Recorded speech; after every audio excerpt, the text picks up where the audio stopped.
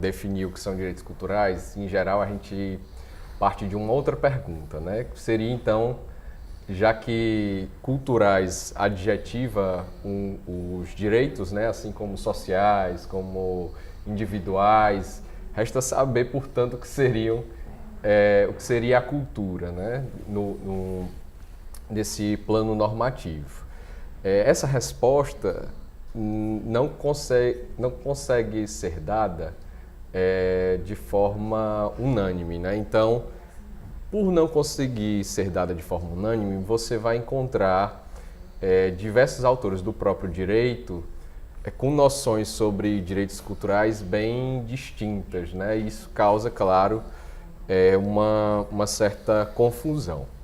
O único que apresenta uma definição, digamos assim, normativa é o professor Humberto Cunha, que aí ele trabalha com uma metodologia que é a seguinte: a metodologia de não abandonar a dimensão antropológica da cultura, ou seja, cultura é aquilo produzido pelos seres humanos, né? Individual ou coletivamente, né? Mas que tem e mantém aquela percepção do romantismo, mas que está muito mais associada com uma concepção constitucional de que a dignidade humana é o fundamento, né, dos direitos culturais, ou seja, tem a percepção de unir a cultura como desenvolvimento do espírito, tanto individual quanto coletivo, né, dentro de um conjunto de matérias que, historicamente, o direito brasileiro disse que era cultura. E aí ele resume esse conjunto de matérias numa tríade, que seria as artes, a memória coletiva e o fluxo de saberes, que ele ampliou depois para saberes, fazeres e viveres, que de certa forma também se aproxima um pouco de algumas concepções antropológicas. Eu não falo conceito antropológico, porque não existe conceito antropológico de cultura. Né? Existem conceitos antropológicos. Existem vários conceitos antropológicos de cultura, tanto que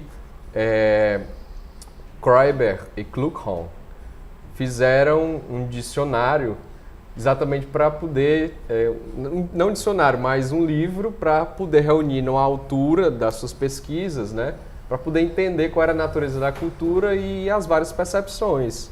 Existem aquelas que trabalham com a definição de elementos que integram a cultura, um outro que trabalha sob a ótica da produção de sentido pelo homem, simbólica, semiótica, mas claro que a gente, do ponto de vista do direito, vai ter o pessoal que vai identificar essas tarefas do Estado ou alguns direitos a partir do que está na Constituição, que está nas normativas do seu país internacional, na concepção do que seja cultural. E também há juristas como Peter Heberle, do alemão, que vai dizer o seguinte: a cultura é um daqueles conceitos do direito que a gente entende por conceitos abertos, né? E o preenchimento dele, claro, vai ser dado. E isso não anula, de certa forma, uma tentativa de definição normativa, porque o próprio direito do ordenamento você pode identificar. O problema é que, como o direito ele é um produto histórico de construção, de luta de movimentos, de grupos, de reivindicações, ou mesmo de legitimação de violações, de denegação, né? Pode ser que esse espectro do que se compreenda dessas matérias se amplie, não se restrinja só a essa definição que é dada pelo Humberto, mas desconheço outra, né? Mas qual é o grande problema hoje?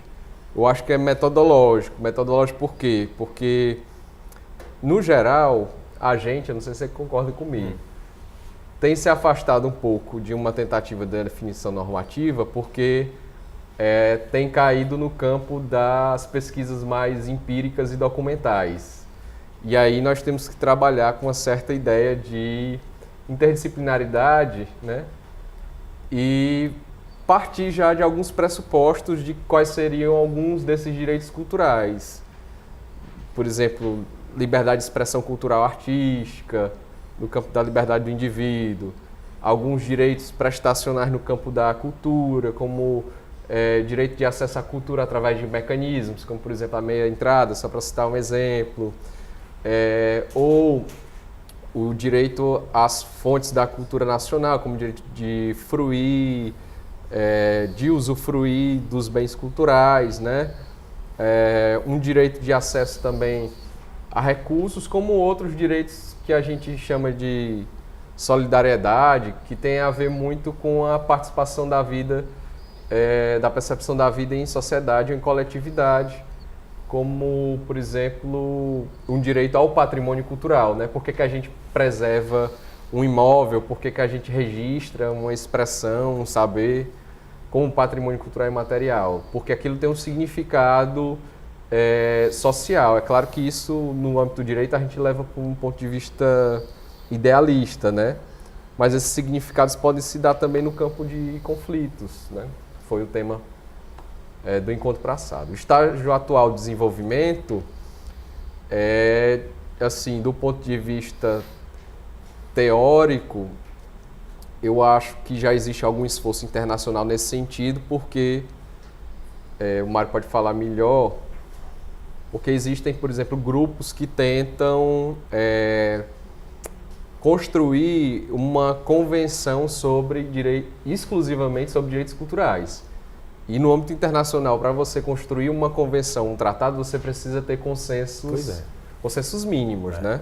Que aí a gente vê que, por exemplo, no trabalho da Unesco, no trabalho da OMP, esses consensos, eles às vezes não existem, eles são construídos muito paulatinamente, com muita discussão, mas com muitas lacunas, né? Então, desses grupos, por exemplo, é o grupo de Friburgo.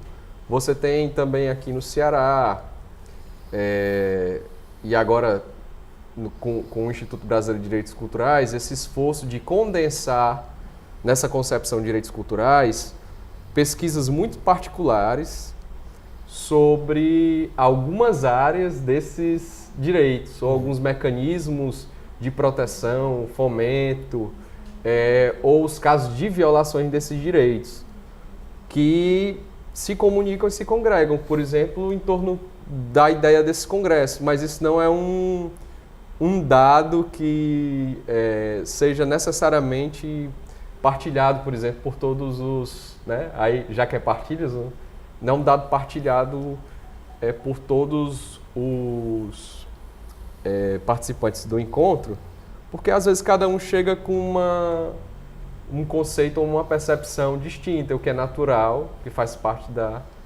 para quem trabalha com pesquisa, ou extensão de problematizar os conceitos e as categorias. Eu concordo, eu acho assim que no estado da arte, dos direitos culturais, e é até bom fazer uma distinção, viu, direitos culturais e direito da cultura. O direito da cultura seria essa área que estuda os direitos culturais, né? A área do direito, eu até acho que não deveria ser... disciplina. Uma disciplina autônoma. Não vejo, até estrategicamente, a vantagem de se estudar nessa área do direito da cultura, mas existe esse esforço, né? De, inclusive, dar uma autonomia para a área. E os direitos culturais propriamente ditos são esses que a gente não sabe, né? E aí a gente lista quais são os direitos culturais, tenta fazer um rol, como o José Afonso da Silva fez. Humberto tenta criar categorias para identificar quais são esses direitos culturais, para não ter que ficar atualizando esse rol.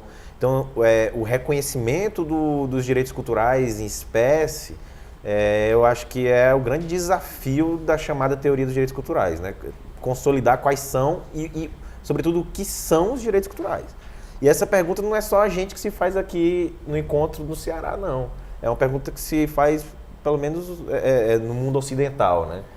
Que você falou na perspectiva mundial, e cada vez mais os direitos culturais estão se aproximando dos direitos humanos, né? Pelo menos aqui no Brasil, ou seja, compreender os direitos culturais como uma categoria que foi negligenciada na teoria dos direitos humanos. A ONU criou um mandato independente de um especialista para tentar identificar, dentro do universo dos direitos humanos, quais são os dos direitos culturais. E aí teve o primeiro mandato, que foi da Farida Said, né? E ela produziu uma série de relatórios tentando identificar, rodou vários países tentando identificar dentro do universo de direitos humanos quais são os direitos culturais. E agora tem um segundo mandato, da Karima Benon, não sei como pronuncia o nome dela, que está produzindo uma série de relatórios, inclusive aproximando com o que o Brasil vem identificando dos direitos culturais, né? Que é liberdade de expressão, direito, preservação do patrimônio, direito intelectual, liberdade religiosa, direitos intelectuais, né? Direito autoral e tal. Ou seja, há eu acho que uma guinada, aqui no encontro mesmo já tem alguns trabalhos aprofundando isso, tentando trazer isso para a nossa realidade brasileira, de se compreender os direitos culturais como uma categoria de direitos humanos, né? Agora, qual a vantagem de se estudar os direitos culturais como direitos humanos? Eu não sei, assim, mas que ele está sendo estudado no estágio atual, está sendo pensado nessa perspectiva, né? Mas aí, só pegando um gancho, né? Nisso que tu falaste. Eu acho que a grande vantagem de estudar os direitos culturais como uma categoria dos direitos humanos, não nos direitos humanos naquele sentido essencialista, o direito natural, ou mesmo direito positivado, né? Mas como um direito também que o significado é construído, porque, por exemplo, no âmbito do direito internacional, você tem várias consagrações de vários direitos, daquelas fases que a gente topicamente idealiza, né? Porque aquilo não é feito, não é concretizado em todas as partes do mundo da mesma forma, nos mesmos tempos históricos. Então, que a igualdade no Brasil não é a mesma coisa da igualdade dos Estados Unidos, assim como a liberdade no Brasil não é a mesma coisa da liberdade em Angola. Então, existe aí um componente desse consenso em torno de algumas disposições que elas têm que existir a esse nível, mas o significado delas o significado, digamos assim, dessas trocas culturais, inclusive. Daí o pessoal falar de cultura de direitos humanos, né? Mas assim, a grande, para mim, vantagem de entender esses direitos específicos como direitos culturais, pelo menos do ponto de vista constitucional, é uma chave interpretativa. E aí, em geral, a gente recorre para a Constituição, né, na própria identificação dos princípios que regem esses direitos lá na parte que foi dedicada toda, historicamente, pela Assembleia Constituinte, à seção da cultura e aos outros dispositivos espaços. Reafirmado pelas últimas emendas constitucionais, que conferiram a centralidade dos direitos culturais. Mas aí continua a pergunta, né? O que são os direitos culturais? Os direitos culturais são centrais para o desenvolvimento econômico, social, cultural, político, como diz a Constituição, né? Mas o que são os direitos culturais continua aberto. A mesma coisa acontece, por exemplo, com o meio ambiente, ou com os próprios direitos sociais, mas assim, o próprio campo foi se desenvolvendo a tal ponto, né, que mesmo essa falta de consenso mínimo teórico, categórico, ela não é um empecilho para as pessoas identificarem, por exemplo, o que estão fazendo, por exemplo, na área de direito ambiental, ou no área dos direitos sociais, como direito de trabalho, direito previdenciário, direito à assistência social. Entendeu? Nessa perspectiva, assim, eu reconheço que é necessário reconhecer e identificar quais são os direitos culturais. Mas, como o Humberto fala, né, que tem que pensar também nas garantias dos direitos culturais. É premente, né, é fundamental. A gente não vai ficar só no debate teórico de tentar identificar quais são os direitos culturais, qual o escopo, qual a dimensão, mas também já tem que ir, ao mesmo tempo, tentando efetivar os que a gente já consegue identificar, né? Então, é um trabalho assim de construção teórica, mas de afirmação política também da ação, né? Penso eu. Assim, também eu tenho uma dificuldade hoje enorme de pensar esses direitos apenas num plano normativo, né?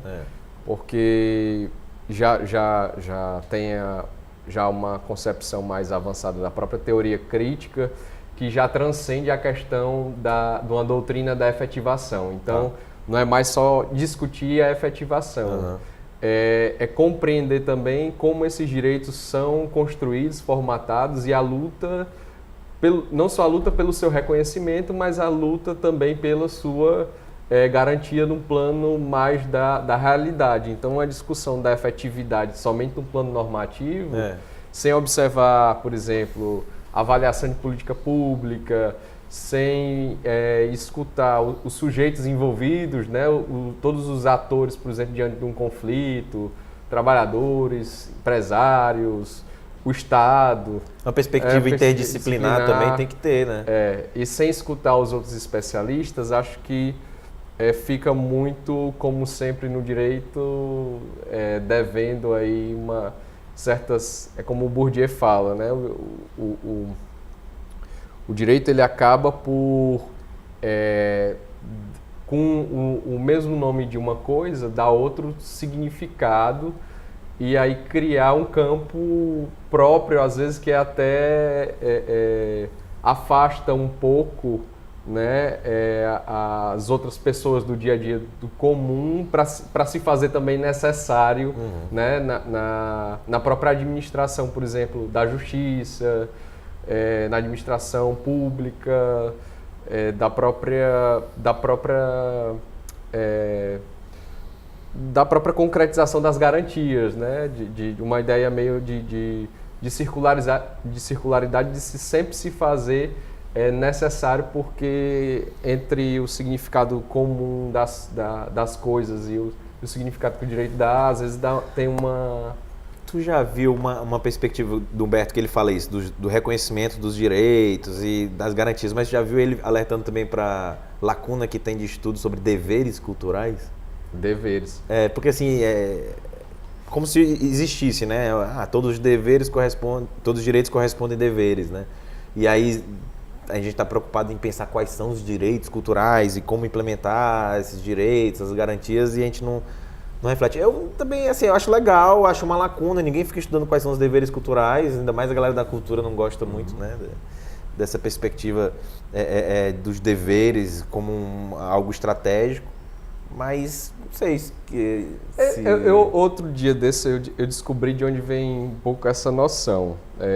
Na verdade, uma avaliação minha, não sei se eu estou muito certo, mas quando eu fui estudar um pouco da história filosófica teórica do sujeito de direito, né, uma noção pré-sujeito de direito, que é mais ou menos a que a gente já diz que existia com ele, né, idealizada pelo seu pensamento, é a concepção kantiana.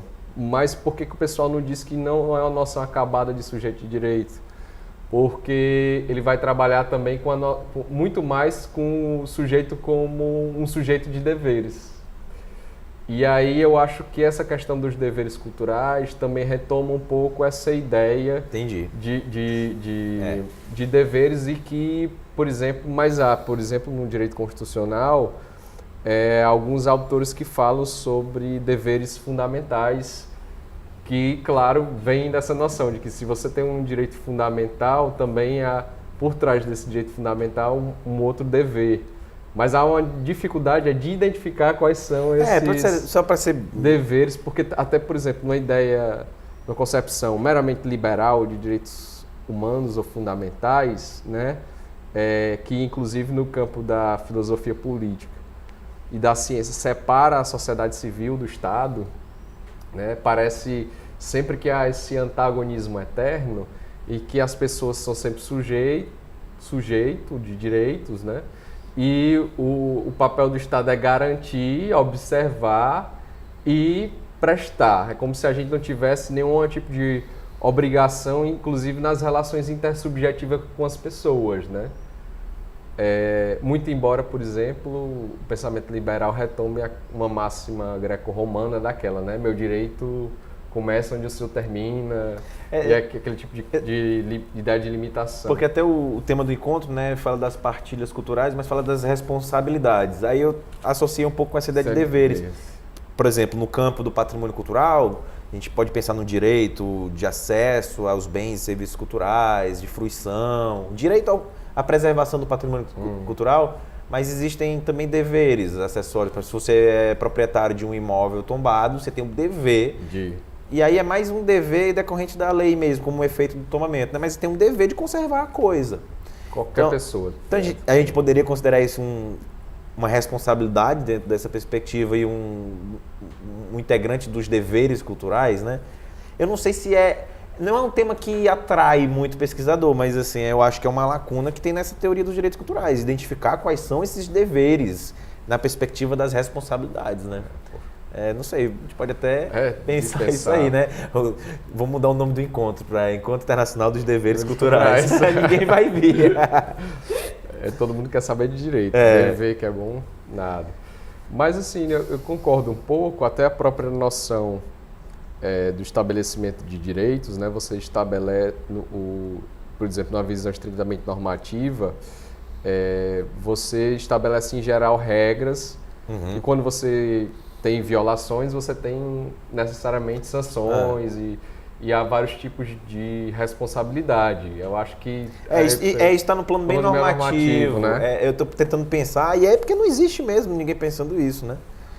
Numa perspectiva ampla mesmo dos deveres culturais, se é que é vantajoso, já que a gente tem tanta questão anterior, né, para tratar de reconhecimento e tal, não sei se os deveres vale a pena pensar isso. A gente tem que suprir uma deficiência histórica primeiro em relação à garantia desses direitos, né? Então, não que isso seja necessário como uma fase ou uma etapa para alguma coisa, mas em geral você vai desviar sua atenção para uma coisa que é mais necessária e premente, né?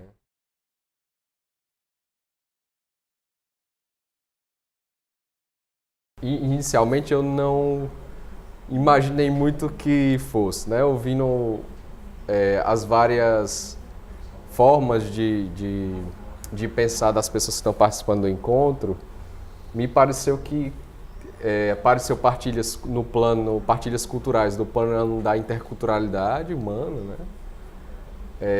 Partilhas culturais como, por exemplo, o Sistema Nacional de Cultura, onde dentro do plano federativo, compartilhamento de a sociedade e o Estado, né, procuram delimitar os seus campos de atuação de forma conjunta, cooperada, para atingir alguns objetivos. E também tem o plano que eu acho, né, embora as pessoas em geral tenham feito a oposição, conflitos culturais do ano passado com partilhas, eu acho que o conflito, inclusive, é uma forma de partilha, né? Por exemplo, do plano, vou usar o pensamento do Ronaf, se o próprio plano da violação ou mesmo da denegação de um direito, né? Ele pode gerar um conhecimento daquele que denega e daquele que almeja, né? Das posições dos sujeitos em relação ao que se reivindica, ao que foi violado, ao que foi negado, né? Não significa que essas partilhas necessariamente tem um sentido necessariamente positivo, uma coisa que seja vinculada a um ideal de, como diz Humberto, um ideal de aprimoramento no sentido mais ideal da troca, das trocas culturais, né? Por exemplo, o mercado faz partilhas culturais do ponto de vista da indústria cultural, mas não necessariamente essa partilha tem a ver com o ideal de aprimoramento. Essa partilha pode, inclusive, entrar no campo, para utilizar um conceito marxiano, o campo da alienação, ou para utilizar Bourdieu, um campo da dominação, né? Enfim, mas assim, do ponto de vista do constitucional dos direitos culturais, como a percepção da Constituição é atingir objetivos principiológicos, valorativos, que para nós são para o Estado Democrático de Direito é importante, né? Eu enxergo essa partilha mais nos níveis, mas eu estava pensando mais essa partilha cultural como uma forma, inclusive, de se organizar e se movimentar, inclusive, para garantir, por exemplo, movimentos sociais ou organizações se partilhem de uma ideia para poder garantir ou reconhecer direitos, ou para lutar por eles. Por exemplo, a gente teve agora a tentativa de supressão do Ministério da Cultura nessa reforma administrativa do governo interino provisório que está à frente da presidência, né? E houve uma ampla mobilização a partir da ideia de que garantir uma estrutura mínima administrativa é uma forma de realizar direitos culturais, Sim. né? Ainda que de forma se for precária. Minimamente a estrutura. Quando surgiu o tema partilhas, né? Inclusive era até difícil de falar, né? Que a gente fala pastilhas.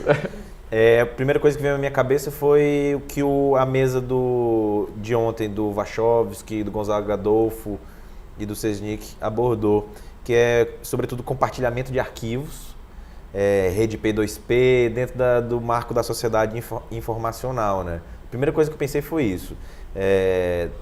Como algo que era contra a lei, né? Até o termo pirataria ele é utilizado com uma carga ideológica, né? Mas como algo que surge nessa perspectiva de ser contrário à lei, ele muda o nosso jeito de viver, né? De se comunicar, de estudar, de acessar bens e serviços culturais, né? Porque hoje em dia você não consegue convencer uma criança de 8 anos que ela tem que esperar até 10 horas para assistir o melhor desenho animado dela, assistir a hora que ela quiser, porque em algum momento houve um sistema de partilha mesmo, de compartilhamento de arquivos, que era ilegal na época, né? Vi o caso do Napster, que depois transforma a cultura e o modo de viver das pessoas, e que depois aí vem o capitalismo cognitivo, vai se amoldar para tentar absorver essa demanda, né? Hoje a gente tem as principais empresas hoje de serviço de stream e tal. Então, assim, foi a primeira coisa que eu pensei quando eu falo em partilhas culturais. Eu não fiz uma reflexão tão ampla quanto você, não. Foi tipo, pensei, não, então a gente vai falar sobre compartilhamento de arquivos, compartilhamento de dados, proteção de dados, e não, essa perspectiva inclusive de interculturalidade, de saber, de reconhecimento de saberes, não só o saber científico, mas saberes de outras comunidades. É uma perspectiva que eu não tinha pensado no primeiro momento, mas que tem tudo a ver com essa ideia de partilhas culturais, né? É interessante, só para... Uma vez eu estava pensando nessa ideia do compartilhamento e como a reforma da Lei de Direito Autoral tratava das obras que hoje, a partir das novas tecnologias, é quase impossível você identificar quem participou da sua... Quem é o autor. Quem é o autor, né? Que é a grande questão da modernidade. Quem é o autor, quem participou da sua criação. Só que isso não é um fenômeno, a gente trata isso como um fenômeno novo, mas não, se você for observar comunidades tradicionais, digamos assim, pré-modernas, né? Ou alguns grupos que baseiam sua organização social num vínculo coletivo forte, né? de um índole forte, e de certa forma esse compartilhamento ele sempre existiu, né? Por exemplo, por quê? Porque essas peças desses saberes que fazem parte dessa organização social, fazem parte da vida comunitária, né? Participar da vida cultural é um direito, ela é, de certa forma, compartilhada, né? Partilhada por todos, sem a necessidade de intermediários, né? A tecnologia talvez tenha ampliado isso para um espectro muito maior de pessoas, mas assim, tem também um componente do próprio funcionamento do sistema econômico, desse capitalismo cognitivo, né? Que transforma a própria produção de si em mercadoria, mas que quer alcançar de todas as formas esses insumos e conhecimentos. Então, numa hora em que, do ponto de vista jurídico, anacrônico, se diz que compartilhar é crime, né? Há uma divulgação ideológica, uma carga ou sobrecarga de tentar punir, de sancionar e não sei o quê. Só que a própria prática dessa sociedade tecnológica, essa prática do compartilhamento, como já é algo difundido, acaba um pouco meio se amortecendo a ideia, e o capitalismo ele tem que se fazer o quê? Tem que se reinventar, adaptar. Então essa reinvenção e essa adaptação que ele faz já não é mais, talvez, no campo só da responsabilização, da criminalização, mas se apropriando dos próprios processos das formas de compartilhamento ou vendendo, né, os mecanismos e as formas de como nós compartilhamos, né? Dão ao mesmo tempo essa possibilidade da gente fazer isso através de produtos, em que a gente tem a noção que supostamente a gente pode criar uma interface, uma interatividade, mas isso é controlado por coisas que a gente não tem no dia a dia, no fluxo de dados, por exemplo, de grandes provedores, de grandes empresas que dominam redes sociais ou a própria fabricação de softwares e hardware, apesar de que a termo própria fabricação é meio anacrônico para o que a gente está falando aqui, que de certa forma eles mantêm essa arquitetura da rede, que a gente tem essa maior liberdade, mas também há um controle, né? Completamente.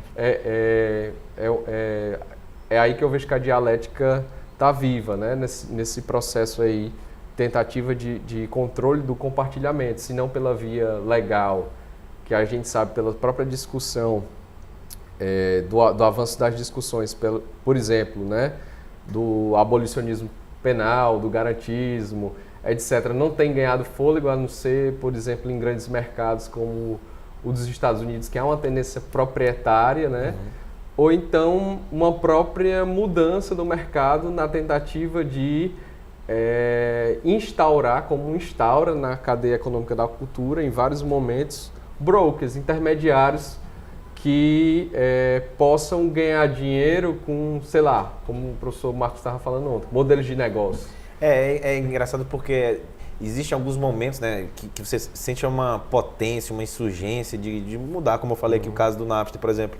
Mas dura pouco, né? Depois há uma reorganização que absorve isso e domina de novo. Então, são esses pequenos momentos, eles servem para a gente, inclusive, refundar o pensamento, pensar o direito numa outra perspectiva, né? Porque isso a gente não faz, mas há quem naturalize as questões jurídicas, né? Inclusive normativas, e faz uma reflexão a partir disso. Não, é crime. Pirataria é crime, né? Sem pensar no... ruim. É ruim. Você lembra daquelas propagandas que tinha? Tinha. Que era... Ainda tem. O menino chegava, pai, tô fumando maconha. O que é isso, meu filho? Tô fumando maconha. O senhor não baixa filme? O senhor não compra filme pirata? Por que eu não posso fumar maconha? Fazendo uma comparação. Mas, de certa maneira, acaba mudando isso, né? Hoje em dia, a propaganda para você ir no cinema de maneira inteligente, vá para o cinema, que é um programa bacana, com a família, com os amigos, né? Não nessa perspectiva policialesca. Mas aí que eu falei no começo, que a gente tem que se afastar um pouco dessas definições normativas, porque elas refletem o sistema, né, de dominação hegemônico. Então, a gente tem que pensar outras formas inclusive de abordar os direitos culturais, né? Por isso que, nessa perspectiva do direito autoral, e a mesa tratou isso ontem, do Gonzaga Adolfo, né, que foi a pergunta que fizeram da plateia, se enxerga o direito autoral na perspectiva do direito da cultura, dos direitos culturais, né? Porque aí ele foge um pouco dessa lógica proprietária que você falou, patrimonialista, e passa a tentar contemplar outros direitos, como, por exemplo, de acesso ao conhecimento científico ou acesso a A gente nunca constituiu um acervo bibliográfico e musical tão grande quanto a gente tem hoje, né?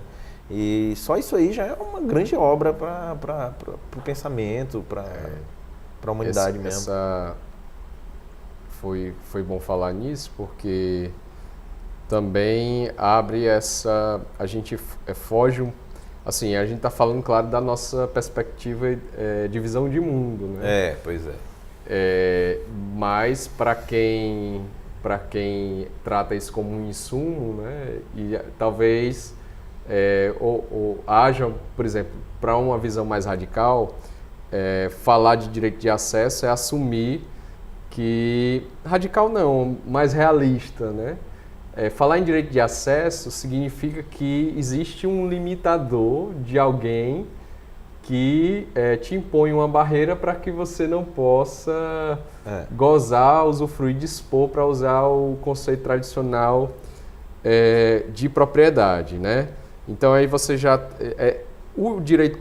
a discussão dos direitos culturais, ela pode trazer, digamos assim, um equilíbrio entre essas limitações e um acesso. Mas, por exemplo, no campo econômico já há pessoas que defendam certas concepções como o meio ambiente, como o patrimônio cultural, né? Como esse acervo como um bem comum. O problema é que como tratar essa noção de bem comum num âmbito que cada vez mais você maximaliza a noção de propriedade, por exemplo. No campo tradicional do direito autoral da propriedade industrial, a ideia em si ou a informação... É livre. Conhecimento seriam livres, né? Seria um âmbito do comum. Porém, esse próprio sistema avança de forma tal que tenta se apropriar e mensurar coisas que são imensuráveis. Daí, por exemplo, alguns autores defenderem que a crise econômica de 2000, quando há o boom, um aumento da capacidade, digamos assim, financeira de empresas que já não se organizam da forma como era antes, numa fábrica, não sei o quê, que existem só no plano, digamos assim, do imaterial, que essa quantificação podia chegar ao infinito sem ter nenhuma correspondência no plano da economia, né? No plano concreto. Por exemplo, você não vai medir, mensurar como é que ações que dizem respeito a, sei lá, um plano, um modelo de negócio de empresa vai se concretizar, por exemplo, numa blusa como essa, que você tem como mensurar de quanto tempo um trabalhador leva, uma máquina leva para gastar, qual é o custo marginal disso, qual é o custo da circulação, quais são os fornecedores.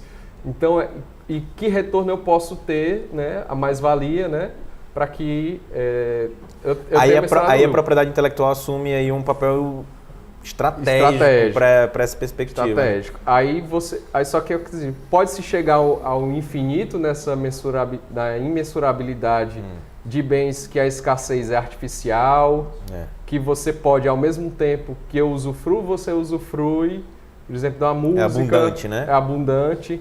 Entendeu? No livro digital... É uma outra perspectiva, né? Mas a disputa continua, né? Não sei, tu falou ali da criação, não sei se tu já deve ter ouvido falar na ideia de que esse compartilhamento, ele desestimula a criação, né? Que agora não tem mais uma gravadora que vai investir no artista, que eles chamam de chilling effect, que é um discurso que a velha indústria se utiliza para dizer que não, olha, vamos manter esse mesmo modelo e tentar ignorar as novas formas de estar, né? De viver, de criar, inclusive, né? Mas eu acho que é uma disputa, assim, sempre vai ter um novo discurso para velhas práticas, né? Precarização do trabalho, reassumir a propriedade intelectual como algo central nessa nova perspectiva de negócios mesmo, né? De negócios, inclusive que utilizam o termo colaborativo, quando às vezes não é colaborativo, se apropria desses termos, né? Até aquele episódio recente do crowdfunding para montar uma hamburgueria. Né? Sendo que todo mundo tinha dinheiro para fazer o financiamento. Né? É subverter a lógica do próprio recurso, mecanismo que foi dito, né, como, por exemplo, uma forma de